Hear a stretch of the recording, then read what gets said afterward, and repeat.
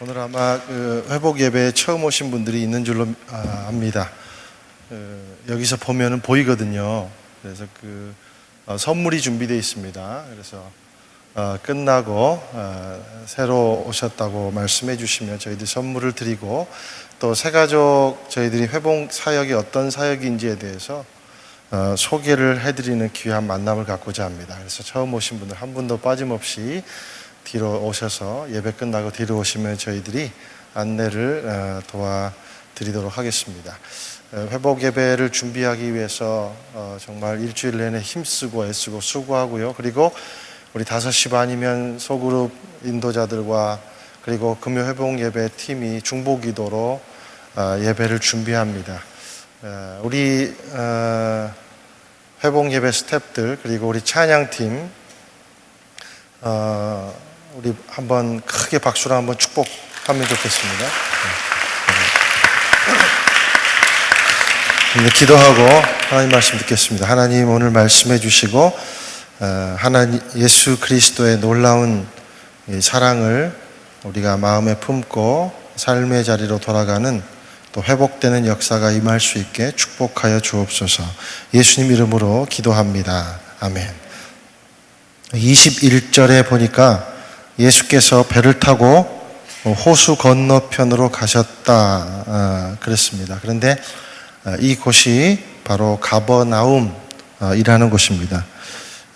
여기 본문의 21절에서 43절까지 5장 21절에서 43절까지 22개의 구절이 이렇게 나오는데 이 본문 안에 두 가지 치유 사건이 등장을 하게 됩니다. 한 사건은 뭐냐면 이 야이로의 딸이 불치병으로 죽는 것입니다.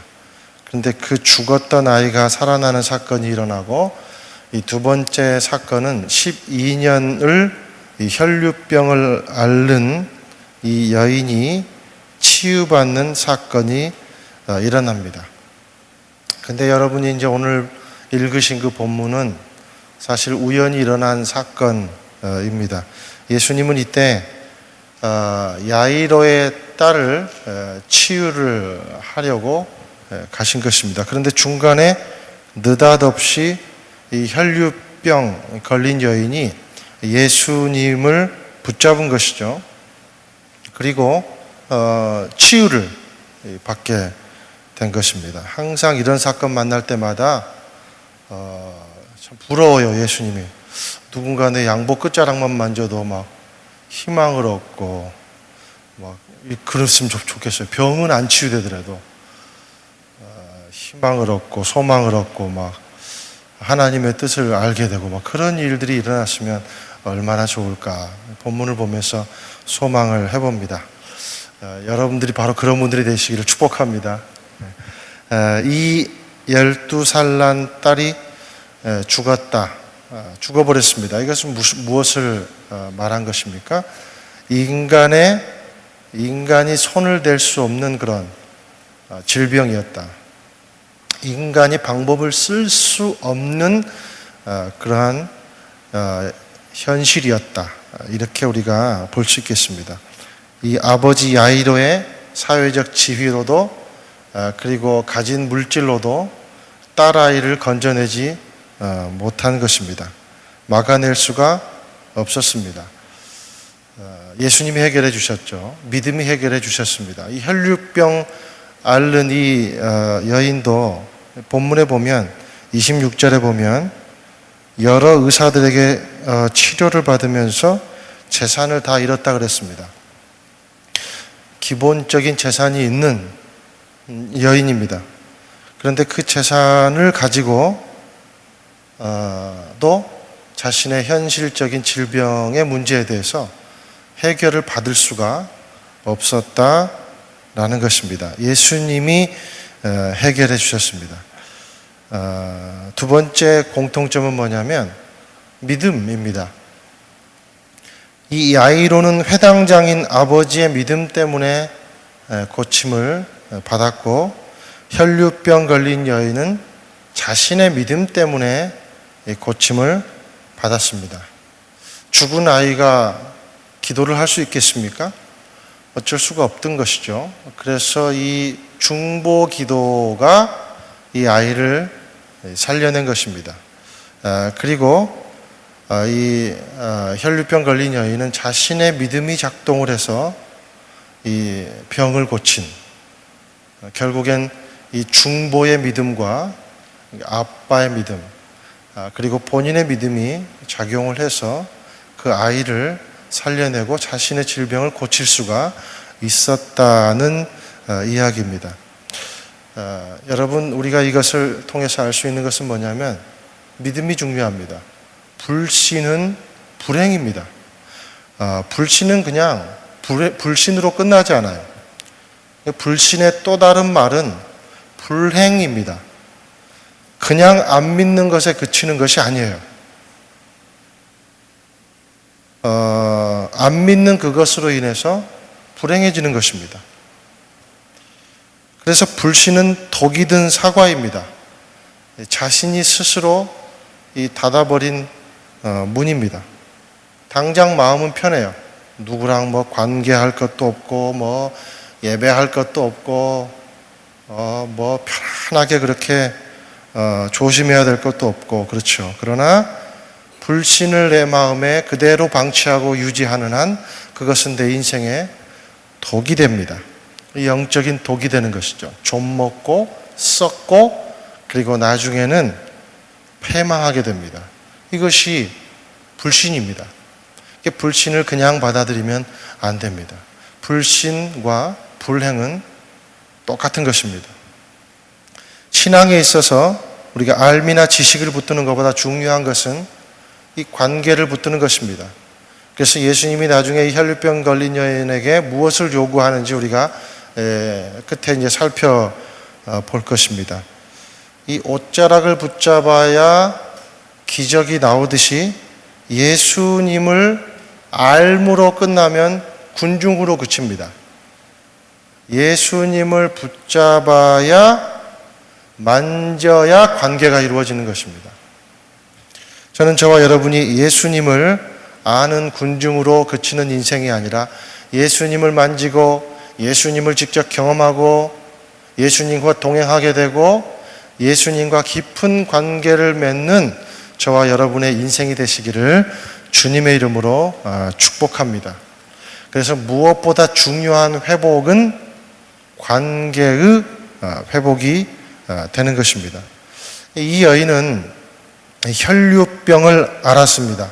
이 혈류병은 말 그대로 피가 빠져나오는 그런 병입니다. 그런데 12년 동안이나 이 피를 공급하면 빠져버리고 공급하면 빠져버리고 그런 질병을 겪었던 것입니다. 가만히 생각해 봤어요. 우리 인생에서도 참 이렇게 혈류병처럼 빠져나가는 것들이 너무나도 많은 것 같아요. 하루에도 몇 번씩 희망이 빠져나가고 꿈이 빠져나가고 대신에 그 자리에 절망이 들어앉게 되고, 마치 혈류병 걸린 여인처럼 그렇게 새어나가는 그런 인생이 있습니다. 그런 인생이 뭡니까? 소진하는 인생이죠.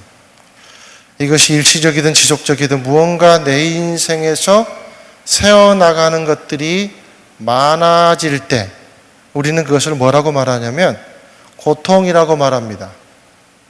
기쁨이 소진되고 긍정적인 요인들이 다 사라지고 내 안에 있는 기대감들이 자꾸 빠져나가 버리게 되면, 그 양이 자꾸 많아지면 그것이 뭐가 되냐면 작은 고통이지 큰 고통이 이제 되는 것이죠.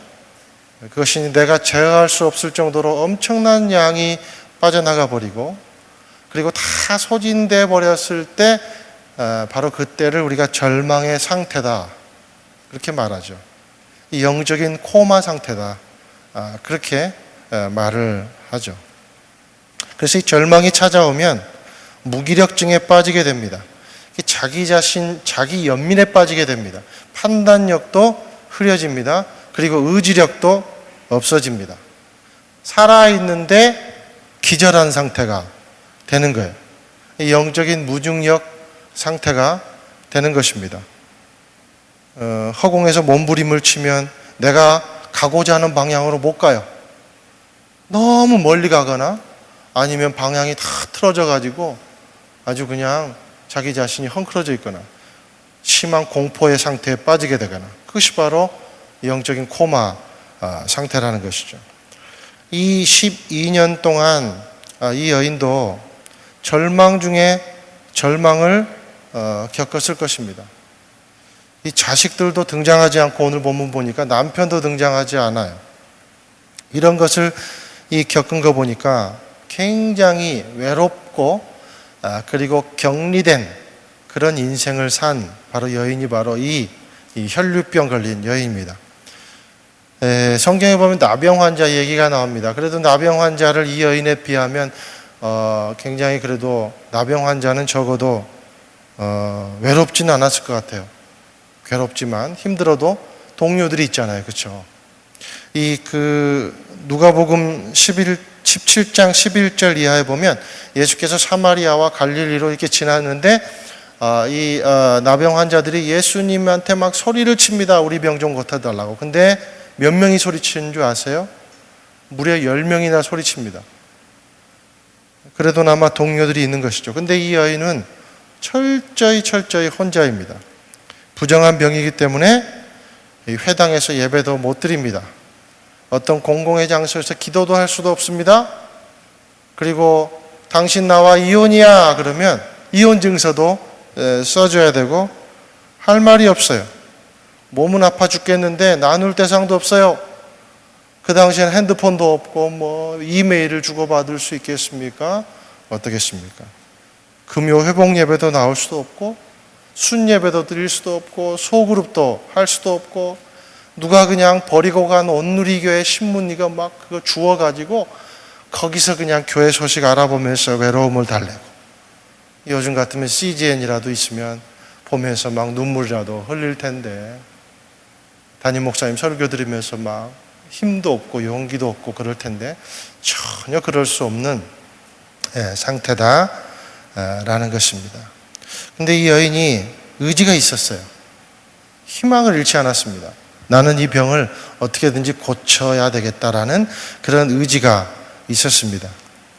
그래서 가진 재산으로 붙잡을 수 있는 의원들은 죄다 다 붙잡았습니다. 돈을 믿고 의사를 믿고 불러서 치유를 해달라고 왕진을 해달라고 간청하고 많은 의사들을 만났는데 오늘 재산이 다 잃어버릴 정도로 탕진을 당했다는 것입니다. 사기꾼 의사도 만났을 것이고 500만 원짜리 막 약을 지어라 그런 의사도 만났을 것이고 노력은 했지만 안 되는 의사도 만났을 것이고, 제가 어느 책에 보니까 장례 예배 가면 참 이런 말씀 자주 합니다. 우리는 의사를 만나다가 죽어간다. 여러분 날 때부터 의사 만났잖아요. 그렇죠? 저는 우리 집에서 났어요. 집이 좀 가난해가지고 근데 우리 아들들은 병원에서 났어요. 그리고 지금까지도 수많은 의사를 만났습니다. 목사님을 만난 횟수보다 의사를 만난 횟수가 더 많아요. 제가 그 문구를 보면서 얼마나 공감이 갔는지 모르겠습니다. 사실 예수님도 의사이지 않습니까? 예수님이 뭐라고 말씀하셨죠? 건강한 사람에게는 의사가 쓸데없다.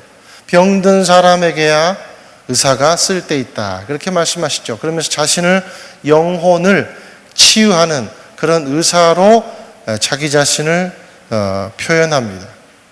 우리가 인생에서 어떤 의사를 만나냐가 굉장히 중요해요. 여러분들 분명한 의사를 밝혀주세요. 어떤 의사를 만나게 될 건지. 세상적인 방법은 다 써보지만 자신이 갖고 있는 재산 또 그것으로 자신의 한계를 극복할 수가 없습니다. 우리 삶도 마찬가지죠. 우리가 가지고 있는 어떤 것으로 우리의 삶의 문제를 해결할 수 없다는 것, 우리가 더 잘합니다. 자기 자신이 훨씬 더 잘 안다는 것이죠. 제가 더 나이 드신 분들은 여기 고명하신 그런 어르신들 많이 오셨습니다. 참 존경합니다. 어른들 앞에서 제가 외람된 말씀드리지만 예, 제가 당장 이제 40대 중반이 되다 보니까 여러분 보실 때 20대로 보이겠지만 이렇게 중반이 되다 보니까 체력이 딸려요. 보기보다 제가 몸이 뭐 그렇게 건강치는 않습니다. 근데 오해를 많이 받아요. 그래서 일을 많이 해요. 힘들어 죽겠어요. 내 나이를 이제 극복하기가 힘듭니다. 하루에 10가지 일을 감당해낼 수가 없어요. 하더라도 옛날보다 더 많은 의지를 막 필요로 합니다. 금방 지치고 막 금방 잠도 오고 막 비타민 D도 요즘 복용하고 있고 어제도 낮 동안 막 거의 3번의 회의가 있었고 막 여러 가지 일들을 막 치르느라고 굉장히 힘이 들었습니다. 뭐 그냥 회의면 그냥 참석하는 게 아니라 그 전에 다 막 회의 기획서를 써가지고 그걸 다 마련한 다음에 가서 보고를 해야 되거든요. 그러니까 얼마나 힘들겠어요. 3개를 한 번에. 그러고 나서 이제 막 지쳐가지고 집에를 왔어요. 그러면서 이제 금요 회복 예배 그 설교 좀 준비해야지. 그러고 앉아있는데 안 되는 거예요. 이게 힘든 거예요. 이길 수가 없는 거예요.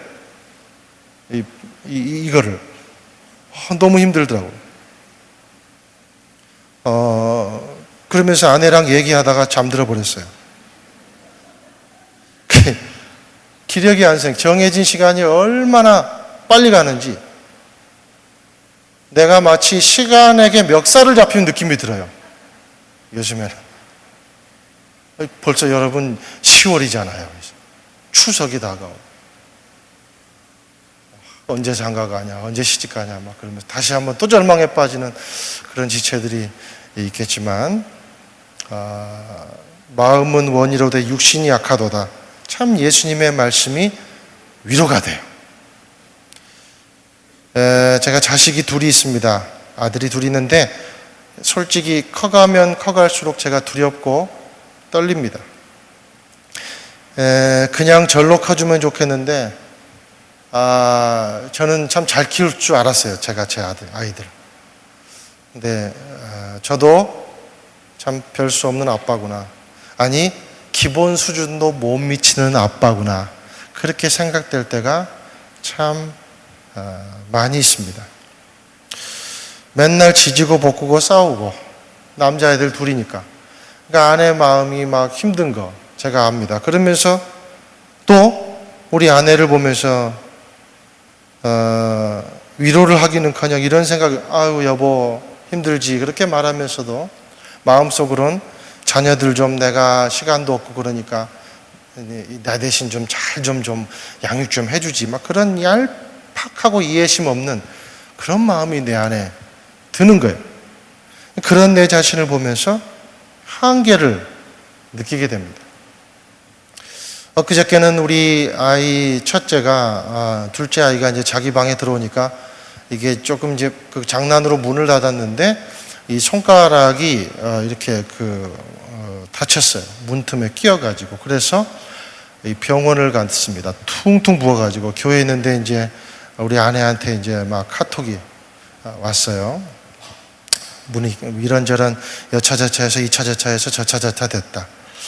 그런 얘기를 하더라고요. 그래서 결국 이 둘째 아이가 그 뒷날이 피아노 학원에서 발표일이었어요.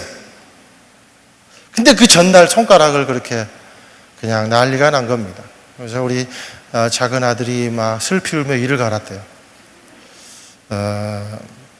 제가 이 말을 들으면서 오래전에 우리 아이가 한 말이 생각났습니다. 우리 둘째가 하도 말을 안 들어가지고 엄마가 이렇게 좀 나무랬더니 우리 둘째 아이가 막 울어댔습니다.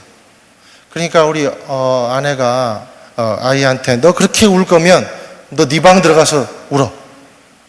그렇게 얘기했어요. 막 제가 볼 땐 너무 막 크게 화도 안 냈거든요. 그런데 우리 둘째 아이가 막 자기 방으로 막 그 있잖아요. 아파트 막 쿵쿵 막 그런 화날 때 그렇게 막 들어가더니 한마디를 툭 던지고 들어가요. 뭐라고 말하고 들어가냐면 아들 어떻게 키울 생각이야? 우리 둘째 아이가 그런 말을 하고 들어가 혼잣말로 아들 어떻게 키울 생각이야? 뭐 큰 소리는 안 내고 중얼중얼하면서 그렇게 들어가는 거예요. 그래가지고 아내랑 나랑 막 완전히 거실에서 떼굴떼굴 굴르면서 막 웃었습니다. 박장대소하고 너무 귀여운 거예요. 그래가지고 우리가 이제 그 모습이 하도 귀여워가지고 한 10km 정도 되는 거리에 쭈꾸미 회식을 함으로써 그날 사건을 이제 마무리를 지었습니다. 그리고 이제 저녁에 이제 제가 운전하면서 돌아오는데 아이들은 이제 엄청 먹고 이제 자고 있고, 저는 이제 갑자기 우리 아이가 한 마리 이렇게 머리를 탁 때렸어요. 아들 어떻게 키울 생각이야? 아들 어떻게 키울 생각이야? 그 말이 되뇌어지는 것이죠. 우리 아들이 그렇게 질문을 이제 나한테 했다고 가정을 해봤습니다. 그리고 이제 제가 그러면 그 답이 뭔가 그렇게 이제 생각을 해봤어요. 근데 답이 안 떠오르는 거예요. 답이. 내가 우리 아이를 어떻게 키워야 되지? 도저히 답이 안 떠오르는 거예요. 정답도 없고 정도도 없구나. 그저 하나님 좀 불쌍히 여겨주십시오. 그런 기도밖에 안 나오더라는 거예요. 한계를 느꼈습니다. 방치가 아니라 맡기는 것 외에는 이 험난한 세상에 내가 1부터 10까지 다 따라다닐 수가 없겠더라고요. 학교에서 무슨 일이 벌어지는지 내가 어떻게 알겠습니까? 아이의 생각 속에 있는 깊은 어떤 두려움, 외로움, 절망, 엄마, 아빠한테 얘기하는 것, 친구들한테 얘기하는 것 다 다르잖아요. 교회 선생님한테 얘기하는 것 다 다르잖아요. 그 아이가 꾸고 있는 꿈, 괴로움, 내가 어떻게 100% 다 간파할 수가 있겠습니까? 이게 부모의 한계죠. 여러분, 우리가 살아있는 한 직장에서, 관계 안에서, 공동체 안에서 살아있는 한 우리는 한계를 겪습니다. 한계 안에서 살아가게 돼요. 우리가 만나는 의사는 한계인입니다. 우리가 가지고 있는 물질은 한계물입니다. 한계인, 대체물. 본질이 아닌 거예요. 학위나 명예나 직이나 내가 가진 멤버십이나 부동산이나 그런 모든 것 다 백그라운드 한계물입니다. 대체물입니다. 본질이 아닌 겁니다. 도금이 된 겁니다. 여러분, 100만 원짜리 핸드폰도 땅에 떨어지면 기스 나버립니다. 고장 나버립니다. 계란이 떨어지면 깨져버리듯이 조심히 이렇게 다뤄야 겨우겨우 쓸 수 있는 불안한 가치만 이 세상에 존재를 하는 거예요. 가만히 한번 생각해 보세요. 사랑하는 여러분, 저는 그래서 이 저와 여러분이 대체물에 목숨 거는 그런 인생이 되지 않게 되기를 예수님의 이름으로 축복합니다. 당장 보이는 것으로 내가 위안을 삼고 낙을 삼으려 하는 그러한 가벼움과 나약함에 중독되지 않게 되기를 주님의 이름으로 축복합니다. 여기 26절에 보니까 이 여인은 여러 의사들에게 치료를 받으며 고생도 많이 하고 재산도 다 잃었지만 병이 낫기는커녕 악화될 뿐이었습니다. 여러분, 이 현실적인 말씀을 기억하게 되시기를 축복합니다. 27절 혹시 띄울 수가 있습니까? 27절 한번 읽어보겠습니다. 시작. 그러던 중 예수의 소문을 듣고 뒤에서 무리들 틈에 끼어들어와서 예수의 옷자락에 손을 댔습니다. 한계와 고통은 우리들에게는 보약입니다. 약이 됩니다. 제가 언젠가 이 드라마를 보니까 이런 대사가 나오더라고요. 너무 딸이 고통스러워하니까 엄마가 그 딸을 안아주면서 이렇게 얘기해요. 네가 바꿀 수 없는 것들이 있어요.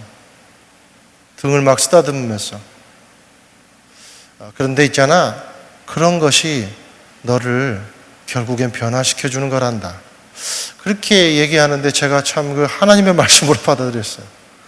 너무 은혜롭더라고요. 정말 옳은 말씀이죠. 바꿀 수 없는 것, 내가 아무리 발버둥 쳐도 안 되는 그런 요소들이 결국 나를 변화시킨 거예요. 나를 변화시켜주는 기가 막힌 도구가 됐다는 겁니다. 이게 고통스러운 인생, 죄악된 인생 가운데서 하나님이 우리에게 주신 하나님의 경륜이 되더라는 거예요. 여러분, 이 여인을 보세요. 예수의 옷자락에 손을 댈 생각을 하게 된 계기가 뭡니까? 자신의 절망 때문이에요. 한계 때문이에요. 여러분, 가버나움은 어떤 곳이냐면 예수님의 제2의 고향과도 같은 곳입니다. 그래서 가버나움에 있는 사람들은 예수님을 모르는 사람이 거의 없을 정도였어요. 그런데 예수님을 만나는 그 부류들은 다 어떤 부류들이었냐? 한계를 느낀 부류들이었다는 거예요. 절망을 느낀 민초들이라는 거예요. 병자들이라는 거예요. 여인은 철저한 절망이 오기 전까지는 소문에 의존하는, 그냥 명의에 의존하는 그런 인생을 살았습니다. 예수님이 여기에 기적을 많이 일으킨다더라, 예수란 사람이 있다더라, 그런 소문을 듣고 흘려버린 그런 사람인데, 절망 가운데 자신의 한계를 느끼게 되니까 28절을 보니까 예수의 옷자락만 닿아도 내 병이 나을 것이다 라고 생각을 했다고 말하고 있어요. 무슨 말이에요? 이제 방법은 오직 하나뿐이다. 예수님께 나가는 것뿐이다. 이제야 우선과 차선의 위치를 바꿔놓을 수 있게 된 것이죠. 내가 가장 만나야 될 분이 누구냐? 내가 가장 내 인생에서 우선지어야 될 분이 누구냐? 그분을 이제 가리게 된 것입니다. 선택하게 된 것입니다. 무엇 때문에? 절망과 한계 때문에. 사랑하는 여러분, 저는 축복합니다. 오늘 이 자리에 오래도록 그렇게 해결하고자 했지만 해결할 수 없는 그 문제가 오늘 이 밤에 해결되는 놀라운 역사가 일어나게 되기를 주님의 이름으로 축복합니다. 자신의 문제 때문에, 남편 문제 때문에, 자녀 때문에, 진로 때문에 막 속썩이고 아파하고 상처 입고 찢긴 그러한 영혼의 문제들, 그런 영혼의 문제들을 풀 수 있는 이 밤이 되기를 예수님의 이름으로 축복합니다. 우리가 그 소망을 가질 때 오늘 예수님이 여기 계세요. 그냥 왔다 가지 마십시오. 차선책은 차선책입니다. 근데 우리는 알면서도 붙잡지 않습니다. 신념도 먹히는 신념이 있어요. 아무 데나 갖다 놓고 신념이라고 말하면 안 됩니다. 내가 내 신념만 가지면 뭐든지 다 돼. 안 되는 건 안 됩니다. 착각입니다. 하나님 편에서 안 되는 일은 없습니다. 사람의 편에서 안 되는 일은 너무 많습니다. 그래서 법이 자꾸 보강이 되고 그러는 거예요. 기계도 자꾸 업그레이드 됩니다. 무슨 말입니까? 처음 만들 때부터 완벽하지 않았다는 거예요. 여러분, 기계 시리즈는 한계 있습니다.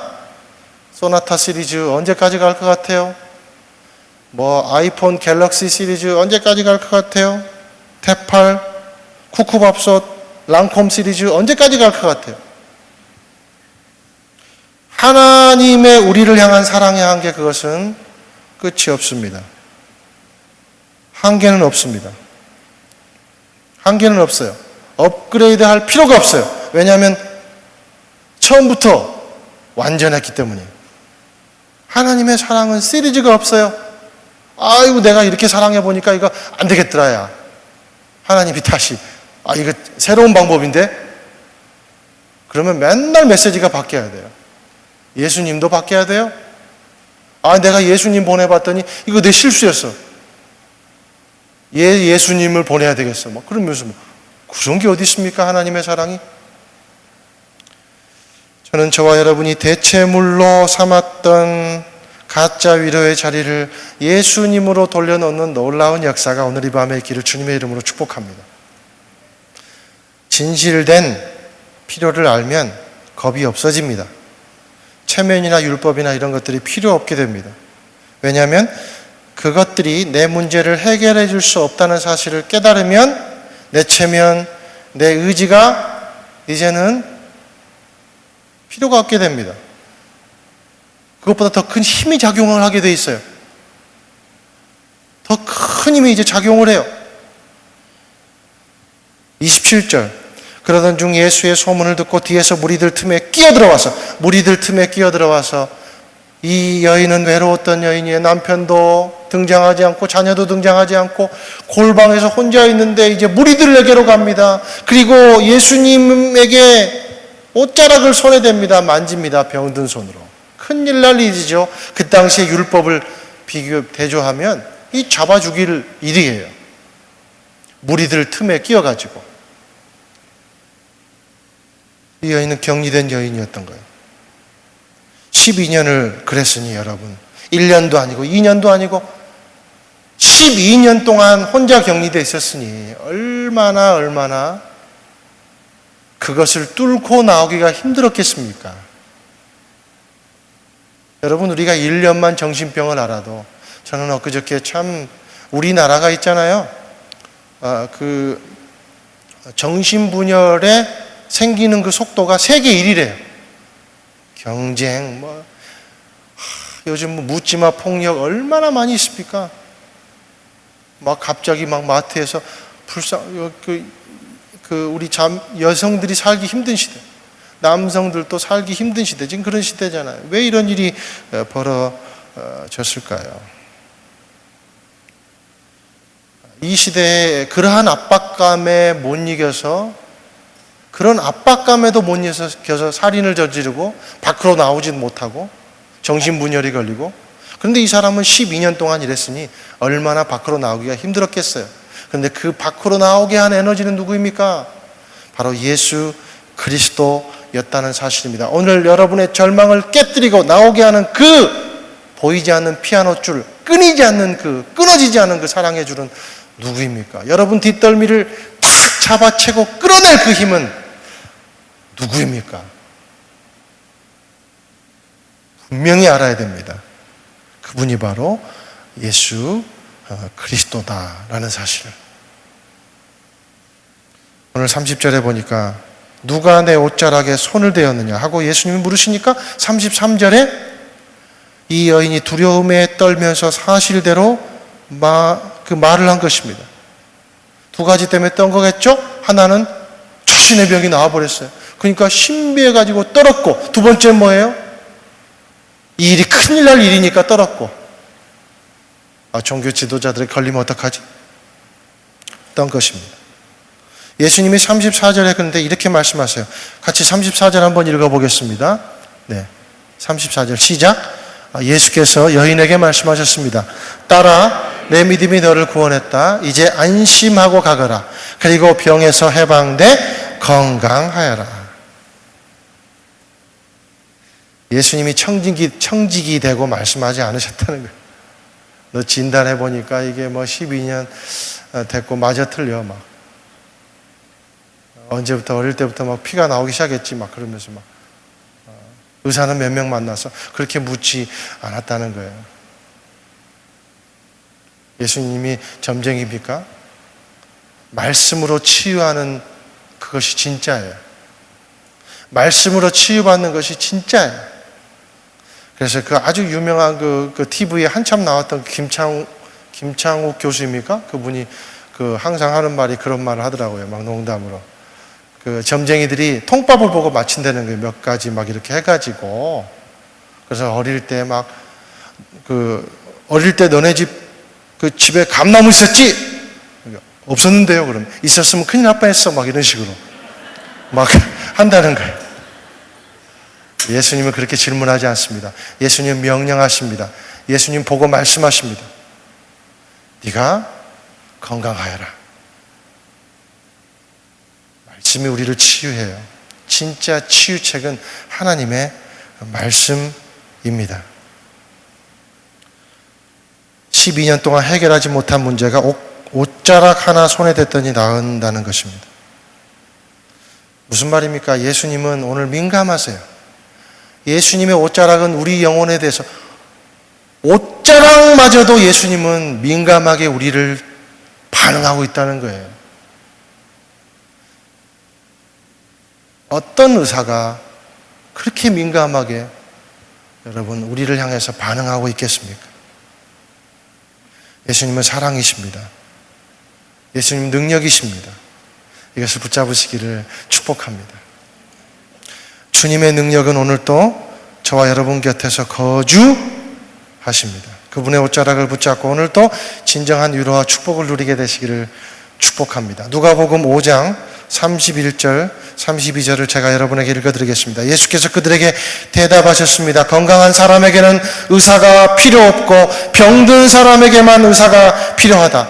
나는 의인을 부르러 온 것이 아니라 죄인을 불러 회개시키러 왔다. 여기 오늘 의사들이 나오고 본문에 보니까 예수님이 나옵니다. 의사도 나오고 예수님도 나와요.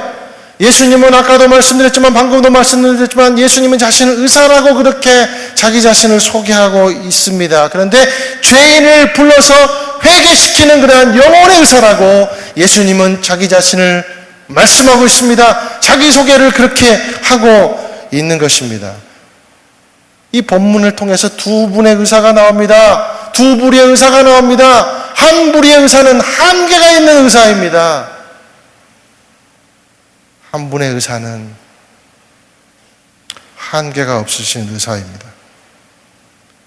육체의 문제를 넘어서 죄의 문제를 해결해 주시는 영혼의 해결사, 치유자, 바로 예수님의 말씀입니다.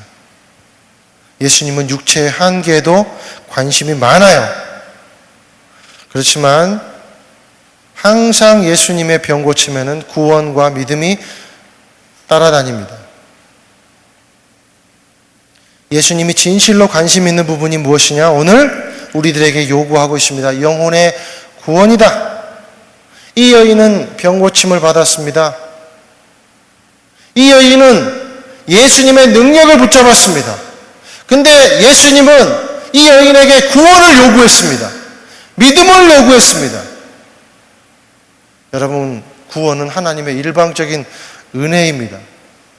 믿음은 구원을 구원으로 가능하게 하는 그러한 키입니다. 하나님이 구원을 말씀하셨다는 것은 무슨 말이냐? 오늘 이 여인과의 믿음의 관계를 요구했다라는 사실입니다. 저와 여러분에게 하나님이 이렇게 말씀하세요. 능력을 붙잡지 말고 관계를 붙잡아라.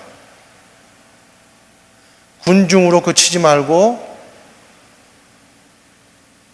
나와 함께 손잡고 관계하는 그런 인생이 너희들은 되어야 한다. 그리고 예수님의 관계를 붙잡을 때 예수님으로부터 오는 능력이 우리의 능력이 되는 줄로 믿습니다. 여러분, 절망이 이유 없이 찾아온 것이라고 원망하기 전에 예수님이 죄 많고 그리고 부족하고 연약하고 지저분한 우리들을 이유 없이 찾아온 놀라운 그 사랑의 관계를 붙잡게 되시는 저와 여러분이 되시기를 주님의 이름으로 축복합니다. 함께 우리 기도하겠습니다. 이 시간 우리가